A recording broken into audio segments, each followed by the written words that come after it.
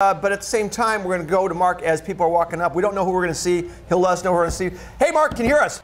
Thanks, Steve. Hey, this is Mark Yoshimoto Nemcoff. I See Places, and I'm here at the red carpet premiere of the new J.J. Abrams, Steven Spielberg thriller, Super 8. There's a lot of energy in the air, and for a very good reason. This is one of the most anticipated films of the whole summer, and what makes this really amazing is that this is not a big sequel. This is not a comic book movie. There aren't even big-name celebrities in this movie, but what makes it very special are these two names, Steven Spielberg, J.J. Abrams. I can't wait to see this movie, and I can't wait to see what you think of it, Steve. Hey, Super 8, we're here at the red carpet premiere. We're going to talk to some really, really cool people.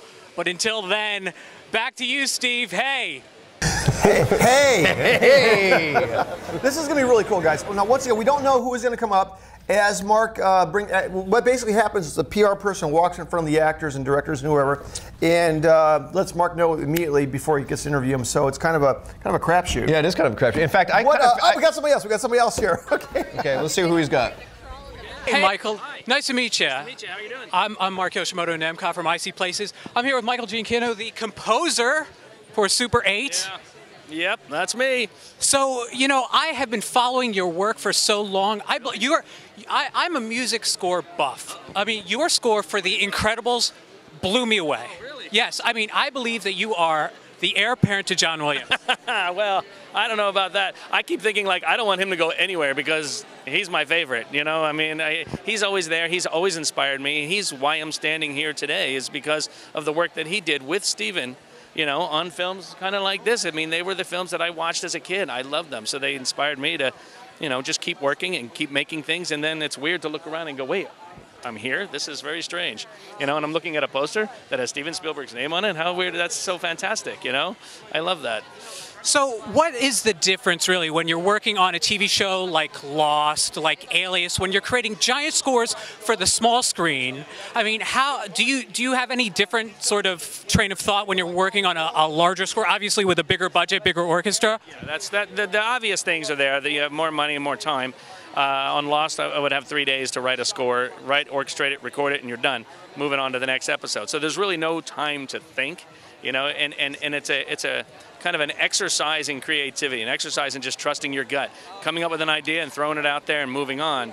You know, whereas in film, you know, you have a little more time to play with it. You work out a theme, you come back to it, and you make it better. You try to, you know, you adjust it. That's the big difference. But the actual process, you know, you're always writing for the character. You're always going, well, what is that? What am I feeling, and how do I explain that to the audience? You know, when I watch a scene, it affects me in a certain way, and I try to give that back to the audience in music. You know, if it's a scene that is incredibly sad and makes me sad, if it's working, I'll be sad, and then the music will reflect that. So it's one of those kinds of things. It's really just like holding up a mirror to my emotions in a way, you know, and giving it back. What I think you do best, actually, is tension. The way you build tension really it reminds me a lot of the Bernard Herrmann scores, the Hitchcock scores. I mean, was Bernard Herrmann a big influence on you? Huge influence. I mean, not only from his Hitchcock movies, but from Twilight Zone. Like, I was a massive Twilight Zone fan, and I watched those things all the time as a kid. And it wasn't until years later I realized that he was a big part of that. You know, when you're watching as a kid, it's like eating, you know, sugar cereal. You're just kind of like taking it all in. But looking back, I realized what an effect he really did have on me in all the work he did, not only in films, but just television, you know? And I go, wow, if he could do that in television, I mean, that's a challenge I always look at when if I'm working on a television show like Lost or Alias, or, you know, I look for that to kind of just say, okay, well, it's not just a television show. You can treat it as something much bigger, you know, and I like doing that. So, yeah, definitely TV has taught me a lot, and Bernard Herrmann has taught me a lot. I think one of the things that impresses me most about your work is that I don't hear your work recycling motifs the way I hear a lot of composers do nowadays. You know, your work has a very genuine sound to it. I mean, I can tell your work when I hear it. The Star Trek score, I mean, was really amazing because there was a lot of like space in it. But what I really liked about it was you brought like all the little leitmotifs out. You know, it really felt, I mean, it did feel like a John Williams-esque score. I mean, do you often feel like, especially when you're working on a movie like this, do you kind of feel like you have to live up to, I mean, you know, the unbelievably great scores that have preceded you in this genre? You know what? I always feel like I have to live up to my own expectations. That's what I'm always kind of trying to live up to, is what would I want to hear? What is it that would get me excited? What would get me up and out of the chair? What would make me want to go see this film or buy this soundtrack? You know, because I'm a soundtrack fan myself. I grew up listening to scores. I love them just as much as you do. You know, so for me, I'm always like, I just want to be that good. I want to try and be that good. Always reach to be something that, you know. So when it comes to doing different projects, I like to give them their own flavor, their own feel, so that the music from The Incredibles you could never put up against the music from Super 8. Like, they're going to be two different things. They only fit that story. You know, Ratatouille really only works with that movie, or Up with that. You know, I like kind of creating them as if you're almost making a suit for somebody. You know, you want it to fit that particular person. So that's the approach I'd like to take. And again, also with the themes, I love working with themes and the motifs. It's very important to me, because I think as an audience member, it's how you unconsciously kind of are following the story. You may not recognize, oh, that's a particular character's theme, but it just kind of helps push along, you know? Dude, you rock. Yeah, he rocks. Thank you, Michael. Thank you, Michael. So that's amazing. Yeah, Mark was pretty excited about that one. I'm pretty excited about that. I'm in music. I mean, my God, these guys done some amazing scores. He's done like everything, actually. Well, yeah, everything minus a few things. Right, everything minus a few things. Yeah. Guys, this movie, Super 8, was unbelievable. And what's really weird about it is I think that it's going to take a little bit of word of mouth, because the trailer is okay, but you never get out of the trailer how great this movie really is. This movie, can I just say, I mean, basically, when you put Steven Spielberg's name involved in something, I mean, basically, you've got E.T., you've got Raiders was him? Yeah, well, yeah, I think he did Raiders. I don't know too much about movies. Yeah, but anyways, this is kind of like a cross between E.T. and Stand By Me meets... we got somebody else. Oh, speaking of Stand By Me, these are one of the younger characters in the movie. Hey, Zach. I'm Mark Yoshimoto Nemcoff. Can we talk to you for a minute? Yeah, sure. I'm here with Zach Mills, who plays Preston in Super 8. Yes, I play Preston. He's like the brainiac of the group. So you direct a movie, the movie within the movie in Super 8. No, I don't. I don't direct it. Riley Griffiths plays the kid who directs that. I am lighting and script supervision. See, I heard that J.J. Abrams sent you guys off to actually create the movie within the movie yourself, so it would have that genuine feeling of being created by you guys and would help you guys bond. What was that like? Oh yeah, we actually did get to we got to write our own scenes, which was a lot of fun. It felt like our own movie. Like when it was all done, it felt like it was our actual movie, because we got to write it. It was a lot of fun. So, I mean, how does it feel, like, walking down the carpet, this big summer tentpole movie, the first big movie of the summer? I mean, do you feel like you're stepping out Yankee Stadium at the plate, you know? It's amazing.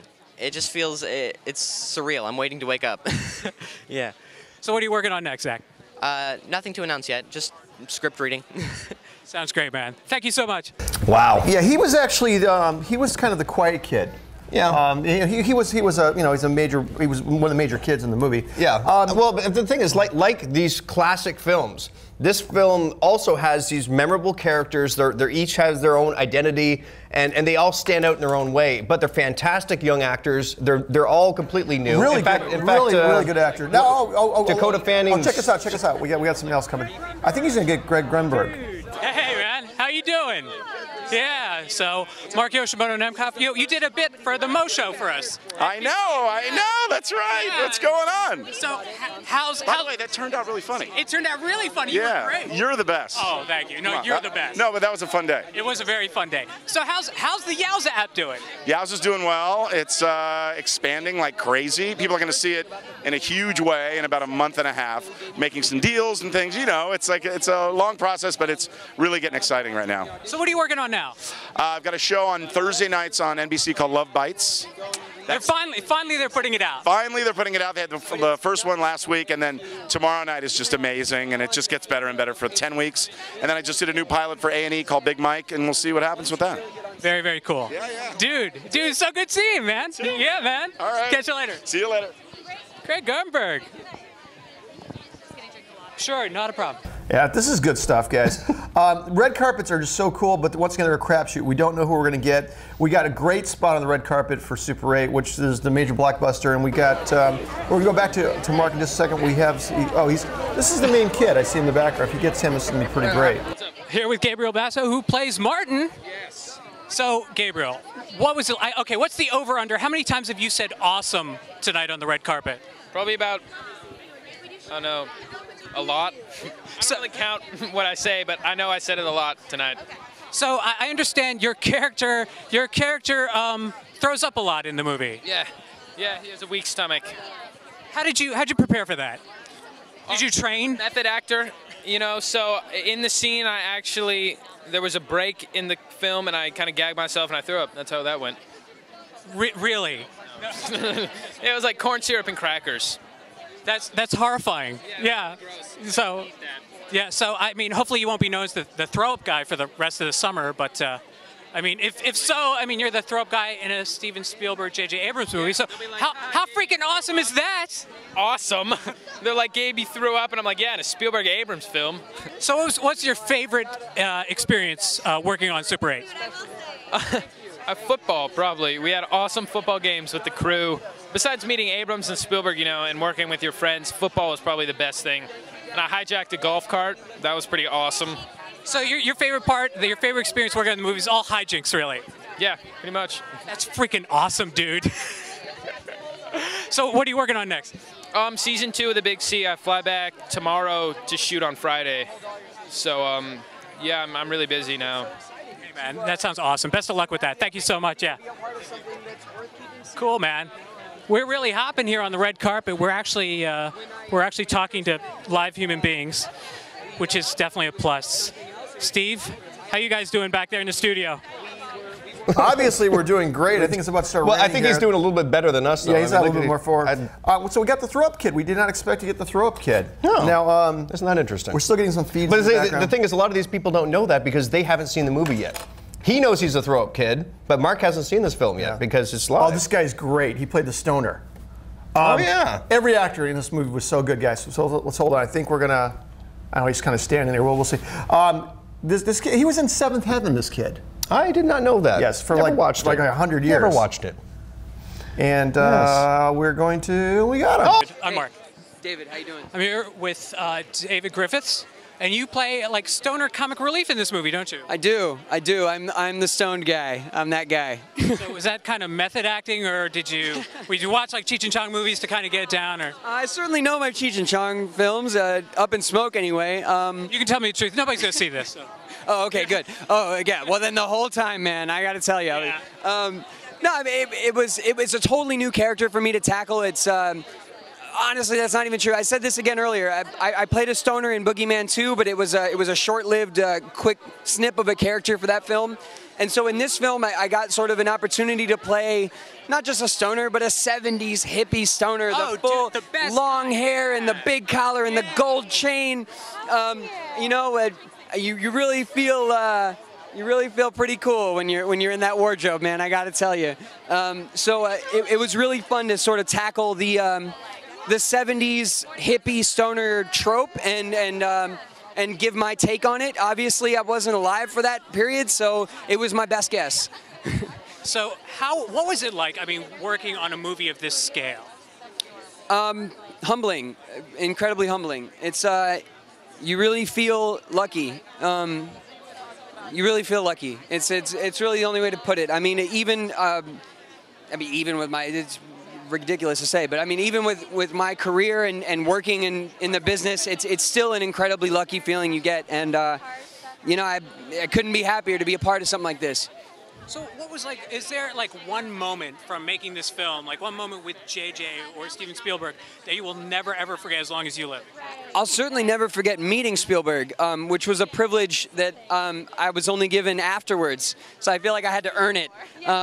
Once we were finished with the film, I went in to loop a single line at Bad Robot, and JJ was super kind enough to see that I was there and asked me if I had met Spielberg, which of course the answer was no, and he said, wait 1 second, and it was that moment where you're like, oh my God, someone's bringing me Spielberg right now. Wow. So Spielberg came out of the other room and came over to me, and JJ said to him, Steven, I'd really like you to meet David Gallagher. He plays Donnie. And I saw Steven Spielberg smile, and I got to tell you, man, I'll never forget that moment ever. When Steven Spielberg smiles upon you doing your craft. Just the fact that Dude, I man. seem to have made him happy, made me very happy, and it was an honor to meet him and to work for him. Wow, that is so cool. David Griffiths, thank you so much. You. Very cool. David Griffiths, Stoner Relief. Actually, it was David Gallagher, not Griffiths. No, not Griffiths. Hey, you know, he's got no support over there. No, he really it's doesn't. him and the cameraman and a mumbling PR person can really ruin a shoot for you. Yeah, really, that's true. It really could. Anyways, Steve. Griffiths played David Gallagher plays a hilarious stoner in the movie, 70s stoner. Right, now the whole motif of this movie, it was set in the 70s. Where if you really, I mean, there was really nothing to do in the 70s, was there? There was everything to do in the 70s. I mean, you could ride your bike, go outside. You could jump ramps, you could actually go outside and play with kids, you could walk down the street, you could get ice cream. There's no video games. And that's what made it, and you actually hung out with people. Phones had cords. You could actually go outside and play hide and seek instead of playing like Mahjong on your computer. Is Mahjong? Oh, this is the Bucktooth Kid. Okay. I'm here with Ryan Lee, who's your character in the film? Carrie. And you set fires in the film? I set a lot of fires, a lot of explosions, a lot of fireworks. Do you know? So did you practice like setting stuff on fire beforehand? Not really. I mean, the 4th of July. The 4th of July is kind of my research for this role. You know, I've always liked the 4th of July. I don't go as crazy as Carrie does with fireworks, but I have my fair share as well. Oh, you do? Yeah, I do. You know what they say about people who like to set fires, right? What? They have a lot of fun. We do. A lot of fun. And I mean, my character's a lot of fun as well. So I understand that J.J. Abrams had like secret ninjas following you around just in case you accidentally just spilled some of the plot. Yeah, I mean, we literally felt like somebody was going to jump through the windows and tackle us and take us out. You know, like going up with the little wires, we were gone, you know. No, but I mean, it was really secretive, and I was glad to keep the secret because I like to know the secrets. You know, if I didn't know the secret, that's when I would have been getting a bit mad. And like, if my friends would have gotten the part and I didn't, that's when I would have been annoying them to the point where they had to tell me. You know, so I'm glad I got the part.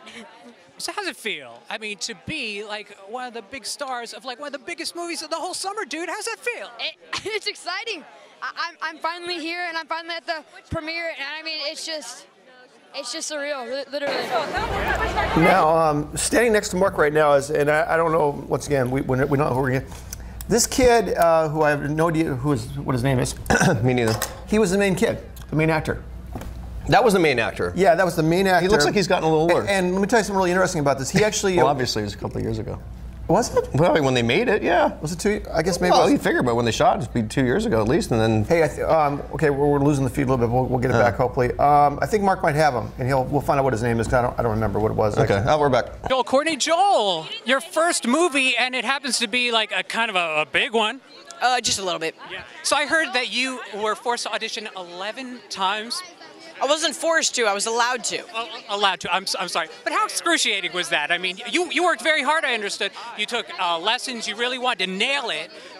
So, I mean, how hard did you work to get this part? I worked really hard, you know. I went to a lot of acting classes with my acting coaches, and I went over the lines over and over. You know, I worked really hard for this, and it felt good to get it. So what was that feeling like when you got that call, like, dude, you got the part? I mean, what does that feel like? You know, I was down in LA when he offered me the role, and I was literally jumping. I was literally bouncing. And I had like this adrenaline rush, and I had so much energy. I was super excited and happy. That's got to be like that, like, you know, hit the home run in the World Series, like winning the big, you know, thing moment. So what's next for you? I have a couple episodes coming up on The Haunting Hour. I'm reading some scripts and looking at some stuff. So how excited are you, though, to be the lead in this really humongous movie? You know, I'm really excited. I can't wait to see what people think. Dude, I can't wait to see what I think. This movie looks really awesome. Thank you so much. Oh, okay. What do we got here? No, I don't know. Oh, there's Steven Spielberg. Wow. Okay. Well, let's sit back on this one because yeah, put the lower third on there so anybody doesn't know. Thank you. Appreciate that. Steven Spielberg, producer. Who's he? This is actually really interesting. We actually got Spielberg standing right in front of our camera over there right now. We're actually to the left of it, and let's just go there. Let's just go to the feed and see if he talks to him. In a lot of movies, you'll see shades of a lot of filmmakers of the era that I kind of admired growing up in the 40s and 50s. And you had an 8mm film back in the day. What kind of things were you shooting back then? I made war movies. I made science fiction movies. I played a dentist and I pulled the teeth out of all three of my sisters' mouths. Nice. Things like that, you know? Why do you like extraterrestrials? Why do I like extraterrestrials? I think because they're extra something. I don't know. I've always been fascinated with I think movies about aliens today have replaced the Western. The first movie really ever made was The Great Train Robbery, you know, and Westerns were part of the identity of Hollywood for over 80 years, and I think science fiction is now the new identity of Hollywood. It was Westerns for 80 years, and it's been science fiction ever since 2001: A Space Odyssey in '68. Why should people check out this movie? Why should they check out this movie? Because I think they'll find themselves in it, and I think it's thrilling, and it's funny, and it's scary. What would you say is the most unique thing about Super 8? These kids. These incredible performances by these very natural, authentic kids, including this one. Well, thank you, everybody. Including him. Thank you. Where's your braces? Oh, my braces. I left them back at home. Oh, we lost our feed again. Hold on a second. Let's see what we got going on here. Yeah. Anyways, fantastic film, guys. The characters are so memorable. Actually, the little girl, Dakota Fanning. Oh, here we go. Well, speak of the devil. Well, actually, that's not talking. Oh, she's talking next one. But let's see if maybe Mark can get a hold of her. Your movie premiere right now. God, wow. Well, my sister did War of the Worlds, so my sister and Tom have kept, they're really close. So, and then seeing him on Super 8 again, it was great. This movie was so kept under wraps when you signed on, but what can you tell us right now to sort of entice fans to go out and see it? Wow, well, it has everything in it. I mean, in one scene you'll be on the edge of your seat, and the next one you'll be crying, and then like 2 scenes later you'll be just laughing hysterically. So it has everything in it, which I think makes movies so special. Right. And in the movie, within the movie actually, Yeah. you guys actually wrote your own script for that. We did. So talk to me about that and that whole process. Yeah, well, the movie within the movie is called The Case, and JJ allowed us to write that script. We had one guideline. It had to be a zombie movie, but other than that, we got to write all the lines and everything. We filmed that with a Super 8 camera as well. What movies inspired you to get into movies originally? The 7-Year Itch with Marilyn Monroe. I saw when I was 7, and that is the movie that made me fall in love with her and made me want to act and be in movies. What was harder, making believe to the green screen that the monster was there, or wearing the 1979 wardrobe? Well, I love the wardrobe. I love the wardrobe. As you can see, I'm like inspired by it. Yeah, when I went to the wardrobe fitting for the first time, I was like, oh my god, I loved it. What's the message that you hope fans take away? Yeah. Okay. Tom, how proud of her are you? How proud are you of Elle? So proud. So proud. Her and her sister are enormously talented. What advice can you give to her? She already knows. She's enormously talented. She'll just do what she does. Be talented, have fun. What is it about Super 8 that you're most excited for?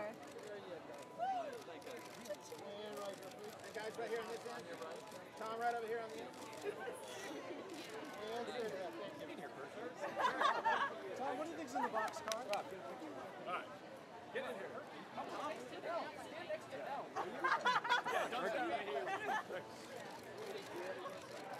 Guys, right here. Yeah, straight ahead, please. One more. Just everybody down here for one. Thank you very much.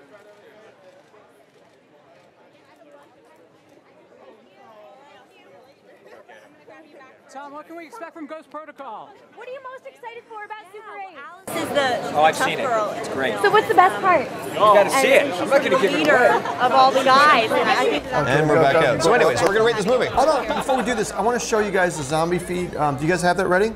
Run that zombie clip. Yeah. Okay, and then All right, we're going to run the zombie clip. I want this amazing. How am I supposed to be a zombie? Pretty much just be a lifeless ghoul with no soul, dead eyes, scary.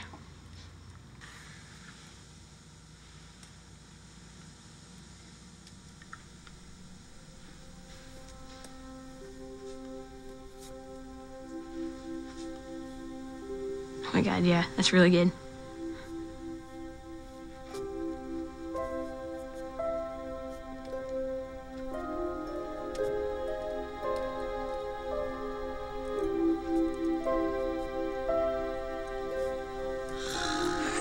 dude. She's remarkable. She was actually remarkable. She might be better than her sister. Well, I think she's gonna be better looking. All right, we got somebody else. Yeah. I don't know who it is. Back to Mark. That's the guy who played the dad. Yeah. So you grew up in a small town, right? Yes. So how does your experience growing up in a small town during the 70s, how does that kind of translate to what you did in Super 8? There's certain things in a small town that you realize that you might not if you grew up in a big city. There's just a feeling to it that I think was pretty helpful and beneficial. You understand that, you know, the guy who works down the street, you know him by his first name, you know his wife and this and that. There's just a community feel to it. So, you know. What's the message that you hope fans take away after seeing Super 8? That they want to go see Super 8 again. So have we rated the film yet? Yeah, I'm giving it a 5. Scale 1 to 5. Well, scale of 1 to 5. It's a 5. Definitely a 5. Everybody needs to see this. Who we got now? Let's go back. We might get. We got him. We got him. Hang on 1 second. Which kid in the movie most resembles your personal experience of making movies as a kid? All of them, sort of, in a way, feel like oddly familiar to me. Was this movie made for your son? No, it was made for everyone, but I was happy to make a movie that my kids felt like they were at the right age to see. Where did you get your inspiration from? The inspiration from the movie originally was literally just from wanting to do something that was based on like being a kid making movies on Super 8 film, and obviously the story evolved from there and became a more of a love story and a family film and also a monster movie. So it was a combination. What's the message that you hope fans take away after seeing this movie? You know, the message of Super 8 really is that you can go through an insane, unexpected, tragic event, something really, life-shattering, and survive it, and actually come out the other side even stronger than you were when you went in. Your project. What was a challenge? No, shooting in the small town was actually a wonderful thing because it let there was a sort of a feeling of this sort of steel town that I loved, and we shot in Weirton, West Virginia, and they were just unbelievable. So we had a great time shooting there. Your project seemed about the search for the truth. I'm being pulled by a very mean person. Very mean person. All right, that's J.J. Abrams. Ladies and gentlemen, we have just experienced the red carpet here at Super 8. Steve, I hope you guys are having as much fun as we are. Kind of doubt it, but you know what? I got to tell you, this was one heck of an experience. It's one heck of a movie. I want everyone out there to go see Super 8. This is Mark Yoshimoto Nemcoff for I See Places. Steve, back to you. Oh, by the way, and thank you again to Mark.